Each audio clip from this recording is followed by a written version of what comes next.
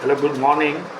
अब ट्रेडिंग चल रहा है, स्टॉक मार्केट का session is already going on और मैं ये अपडेट दे रहा हूँ आपको इसलिए कि अगर आपने मेरा कल वाला वीडियो नहीं देखा है, रात वाला जो लेट नाइट मैंने पोस्ट किया था, उसका जो कैप्शन था वो मैंने ये रखा था कि रिवर्सल कभी भी आ सकता है, it is round the corner, ऐसा मैंने लिखा था।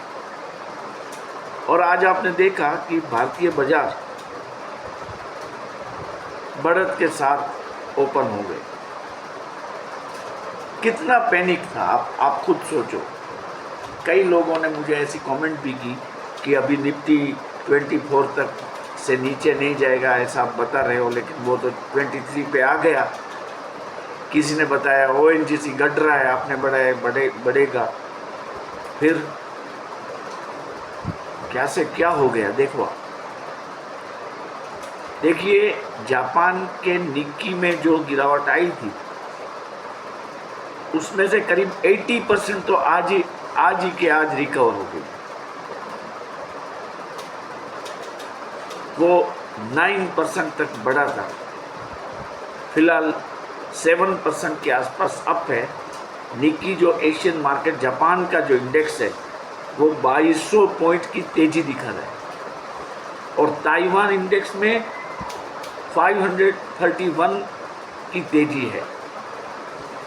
आप सोचिए, कल निक्की ने ही कहर मचा था निफ्टी पे और सभी पे, और आज क्या हुआ?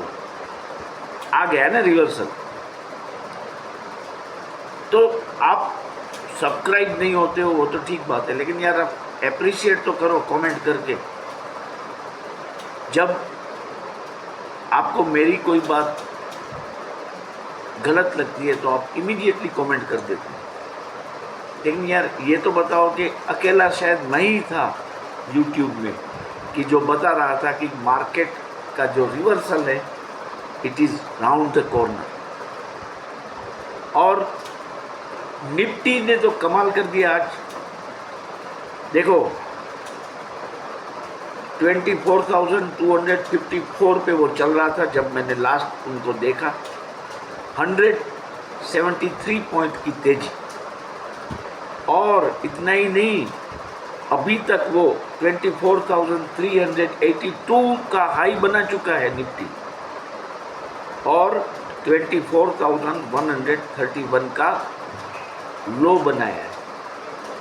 वोलेटाइल है बहुत, मैं मानता हूँ ये रहेगा, 1-2 दिन और रहेगा, लेकिन मंदी की जो बातें सब लोग कर रहे थे कि बाजार धड़ाम हो जाएगा, क्रैश हो जाएगा, ये हो जाएगा, बाजार में खतरा, क्या हुआ? जो भी मैं बता रहा हूँ, आप प्लीज़ काइंडली मेरे 2-3 वीडियो फिर से देख लें फिर से, आपके भले के लिए मैं बोलता हूँ, ताकि आप पैनिक स्टिकर न हो, इसलिए मैं वीडियो बनाता हूँ।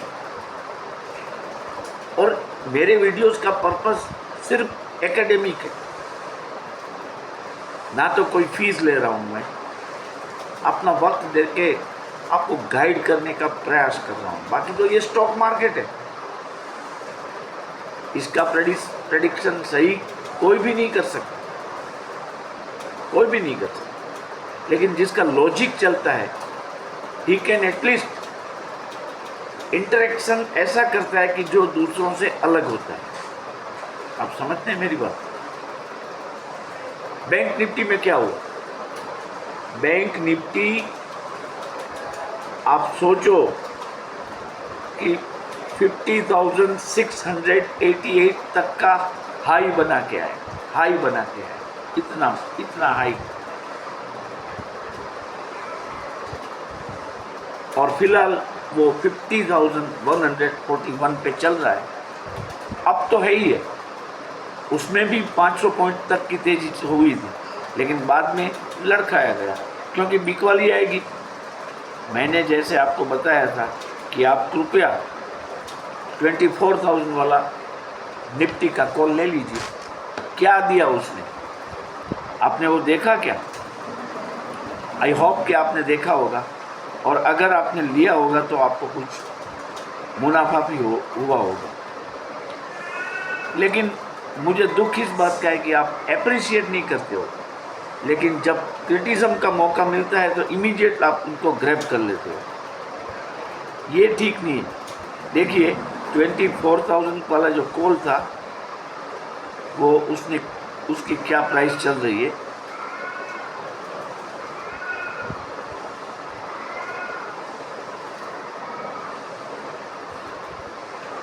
वो हम देखते हैं, आपको लाइव मैं दिखा दूं। अभी मैं खुद देख के, तो मुझे भी मालूम नहीं है, मुझे इतना मालूम है कि मैंने प्रॉफिट बुक कर लिया है उसमें।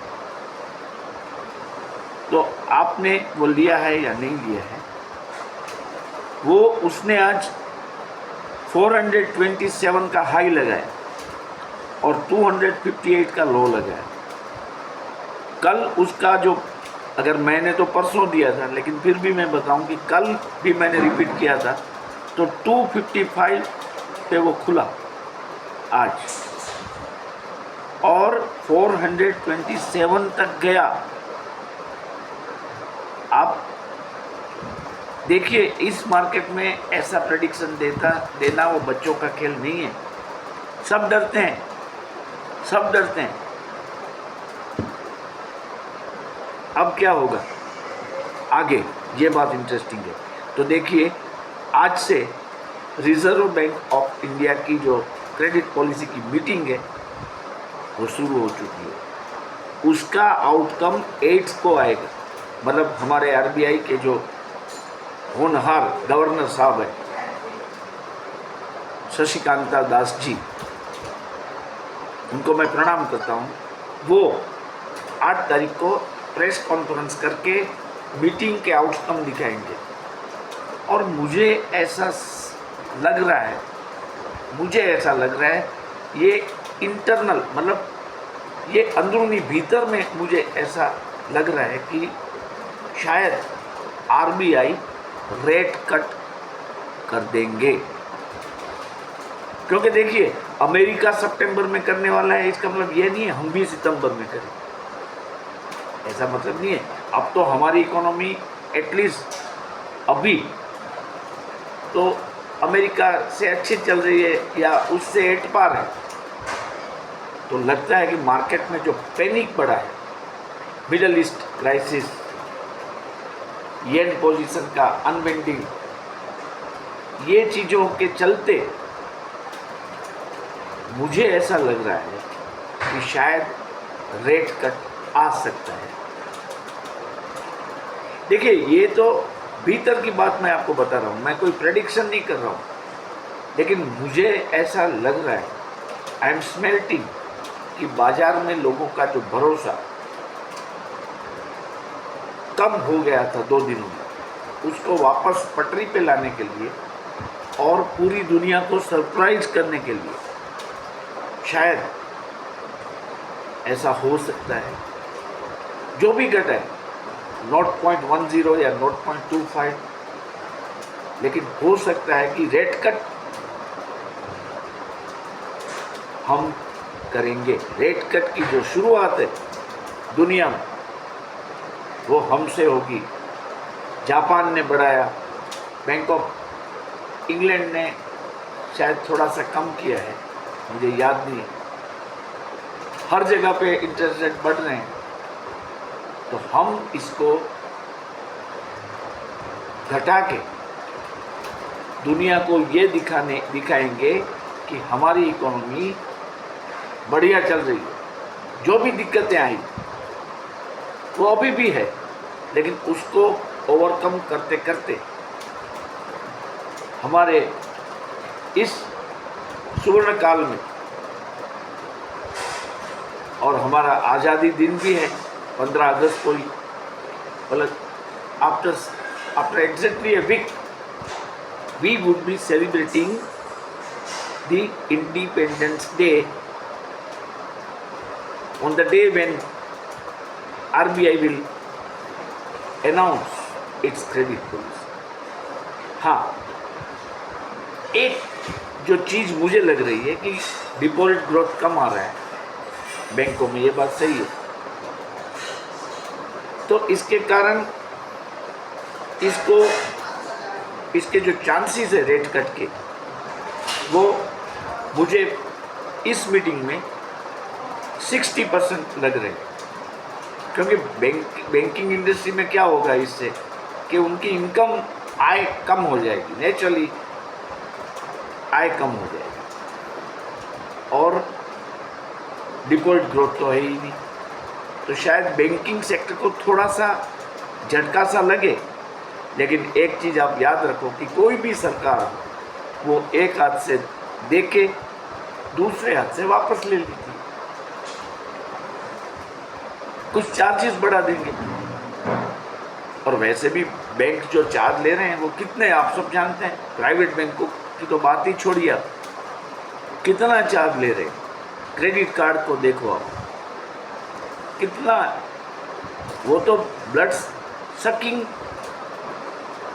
जैसा है। क्रेडिट कार्ड का जो यूज़ है वो जैसे हम अपना खून किसी प्राइवेट बैंक को पिला रहे हैं, और उसके बदले में उसके ऊपर हमें टैक्सेस भी देने पड़ते हैं, जीएसटी वगैरह। तो अभी जो सिनारियो है, मुझे लग रहा है कि एटलीस्ट हमारी स्टॉक मार्केट फिर से बढ़िया चलेगी। मैंने आपको बताया था कि फेस्टिव सीज़न में हमारा शेयर बाज़ार भी फेस्टिव मूड में ही रहे। देखो, रिलायंस लेने के लिए मैंने कहा है, रिलायंस अच्छा चल रहा है, आज थोड़ा थोड़ा बढ़ता है। भारती एयरटेल के रिजल्ट बहुत अच्छे हैं, उसके प्रॉफिट में करीबन 158% का राइज हुआ है। क्या दिक्कत है हमारे मार्केट में? कुछ नहीं है। मिडल ईस्ट वॉर होगा, वर्ल्ड वॉर होगा, महाप्रलय होगा, मैं तो आपको सजेस्ट करूंगा कि आप ऐसे यूट्यूब चैनलों को देखें ही नहीं। यूट्यूब चैनल या तो जो न्यूज़ चैनल है जो कि बातों को बड़ा बड़ा कर दिखाती है। जब आईडीएफ कह रहा है कि भाई हमने जो करना था वो कर दिया, अभी हमें कुछ करना नहीं है। ईरान कह रहा है कि हम वॉर नहीं चाहते हैं, फिर कहाँ से वॉर की बात आई? हाँ, थोड़ा सा खेला होगा, वो मिसाइल दागेगा ईरान इजराइल की ओर, और इसको इंटरसेप्ट करके गिरा देंगे उस मिसाइल को। ऐसे 10, 15, 20 मिसाइल्स दाग सकता है।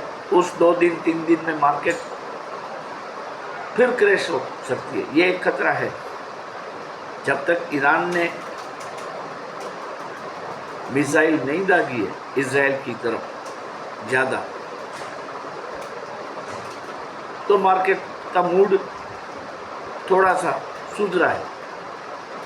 लेकिन जैसे 1, 2, 5 मिसाइल्स ईरान जब दागेगा इजराइल की ओर, जो कि मेरा पर्सनली मानना ऐसा है कि वो नहीं करेगा, जो कि मैंने पहले ही बता दिया है। अगर ऐसा होगा तो कुछ दिनों मार्केट में मंदी सा माहौल रहेगा, लेकिन ये तो हर वक्त होता रहता है, ये शेयर बाजार का नेचर है। इसीलिए तो इसको सेंसेक्स बोला जाता है। सेंसेक्स बहुत सेंटिमेंटल होता है। किसी देश के बड़ा प्रधान को कोल्ड हो जाए तो भी वो डाउन हो जाता है। किसी कंपनी का मैनेजिंग डायरेक्टर इस्तीफा दे दे, इस्तीफा, तो भी क्या होगा? मार्केट गिरेगी। अभी इन्फोसिस को बड़ी नोटिस मिली है, बड़ी नोटिस मिली है, डाउन होगा, आपको मौका मिल गया, ले लीजिए। और पेट्रोलियम में तो आग लगने वाली है। आप देखिए, मैंने ओएनजीसी जो बोला है, आप सोचिए कितना डिविडेंड देता है वो, सरकारी शेयर है, और कितना भाव था 2 साल पहले, आप सर्च कर लो। अगर 300 वाला 200 हो जाए ना तो भी कोई दिक्कत नहीं है, डिविडेंड अच्छा देता है। और ये सेक्टर पूरा बहुत ही पाइवोटल है in the field of global economy, very pivotal. तो कृपया आप चिंता न करें, शेयर बाज़ार अच्छी हो जाएगी। आज निक्की ने तो मोर्चा संभाल लिया फिर से, और फिर से वही बात दोहराऊंगा, सब्सक्राइबर मेरे 500 नहीं हो पाए हैं अभी तक। आपको मेरी रिक्वेस्ट है कि जैसा कि मैंने पहले बताया कि मेरा जो टारगेट है वो क्या है कि मेरे पिताजी की पुण्यतिथि जो कि श्रावण वद अमास के दिन आती है, उस दिन तक मैं मेरे 1000 सब्सक्राइबर पूरा कर लूँ।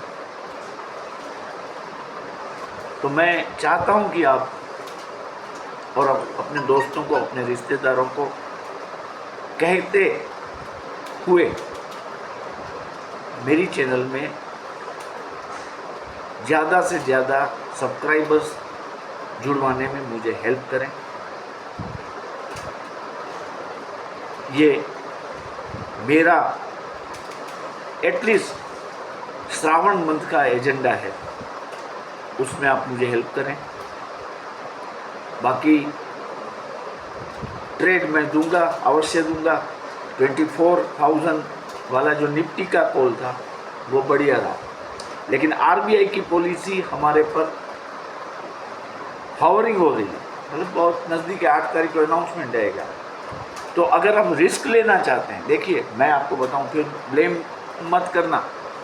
अगर आप रिस्क लेना चाहते हैं तो आप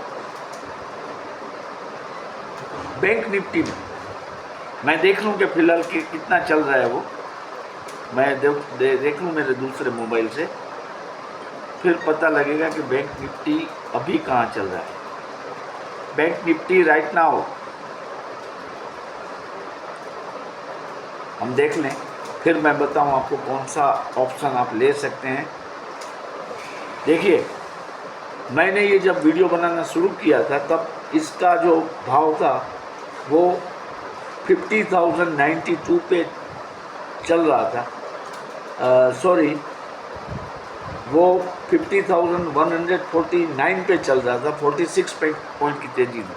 लेकिन अब वो तेज़ी बढ़ के करीबन 148 पॉइंट हो गई है, 50,246.80।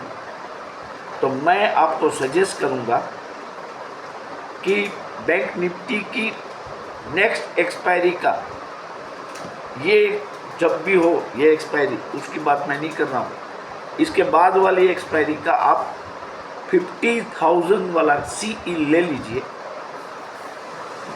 प्राइस मोमेंट देखते रहें, तो कभी भी कुछ हो सकता है, इतनी वोलेटिलिटी है मार्केट में। जब आपको ऐसा लगे कि ये लॉस हो रहा है तो आप इसको स्क्वायर अप कर दें, फिर देखें at the end of the day 2-3 minute बाकी हो तब कि अब क्या चल रहा है। लेकिन 50,000 का call for the next expiry बढ़िया रहेगा, आप देख लीजिए। मैं आपको सजेस्ट कर रहा हूँ, मैं आपको रेकमेंड नहीं कर रहा हूँ, ये आपके पर है। आपको क्या लगता है, हम जो इंटरेक्शन कर रहे हैं अभी उस पर से आप जजमेंट लोगे, क्या लगता है। देखिए, हर जगह पे शेयर बाजार की फेवर के स्टेप्स आएंगे, क्योंकि दुनिया हिल गई है 2 दिन में,